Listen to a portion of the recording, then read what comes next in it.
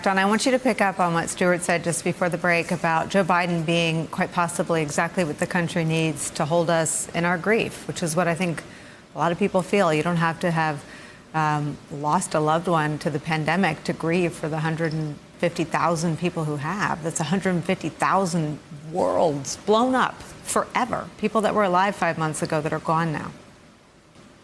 Well, and I think that the reality of COVID touching our lives, whether it is through getting the virus or having a family member or friend die from the virus, that we feel that present weight on ourselves. Where, as a friend reminded me, we have to go through extraordinary means just to stay alive that we're not accustomed to. And I think Joe Biden, given his history, really does have the capacity to help us heal this nation. And, you know, I ordinarily would not say, well, one of the principal duties of a president is to heal the nation. But in this moment, I think that's absolutely true. And he understands what it means to grieve, but he also understands what it means to get on the other side of it.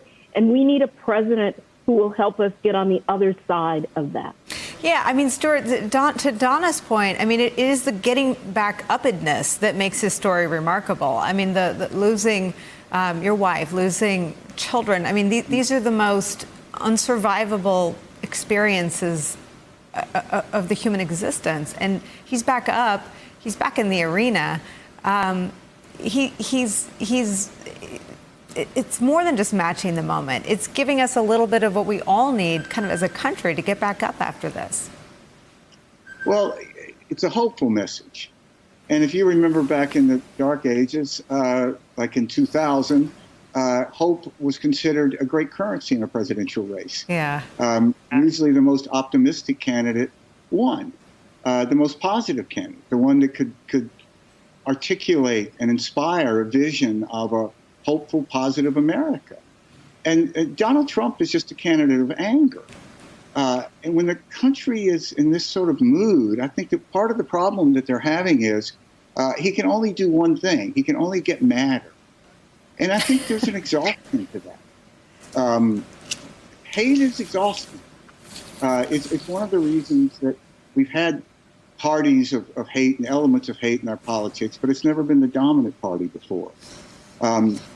And that's why, like in the Lincoln Project, we say, you know, America or Donald Trump, because we really see America as a positive, hopeful place, not a country that is insular and angry and victims. I think Joe Biden represents an alternative to that.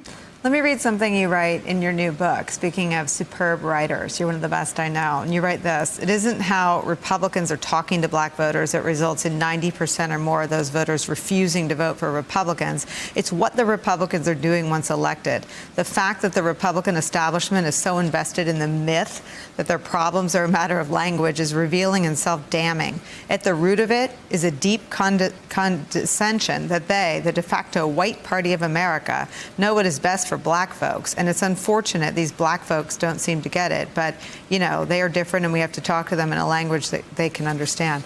The overt racism of this president and the willingness to go along with it is one of the most sort of deadening aspects of being a former Republican for me. Yeah, I never thought we would see a president who represented, I never thought we'd see a nominee even of a party. I mean, he's George Wallace. And had George Wallace won the Democratic nomination, I don't think the Democratic establishment would have rallied around George Wallace. The Republican establishment has rallied around Donald Trump. And I think that he's really off in this moment. The same weekend that my home state of Mississippi took down the state flag, which was basically the Confederate battle flag, Donald Trump was up there defending the flag. And where did he end up? He ended up on the wrong side of a culture war with NASCAR.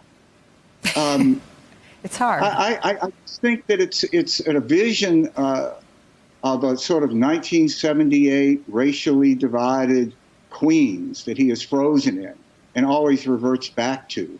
And I really don't think America is there now. I don't think America wants to be that. I think people want to move on. And he's incapable of expressing that because he doesn't feel it. he is a racist. So he reverts to racial division.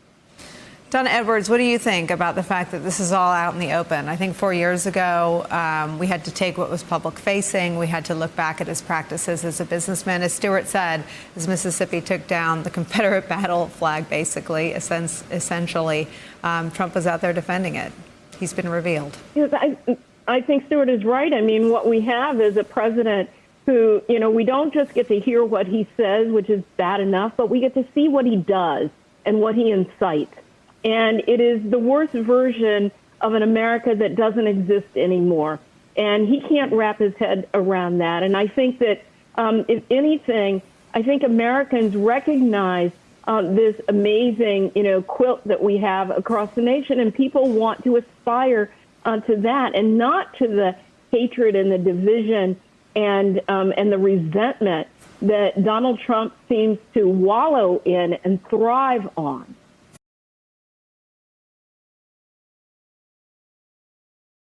Hey there, I'm Chris Hayes from MSNBC. Thanks for watching MSNBC on YouTube. If you want to keep up to date with the videos we're putting out, you can click subscribe just below me or click over on this list to see lots of other great videos.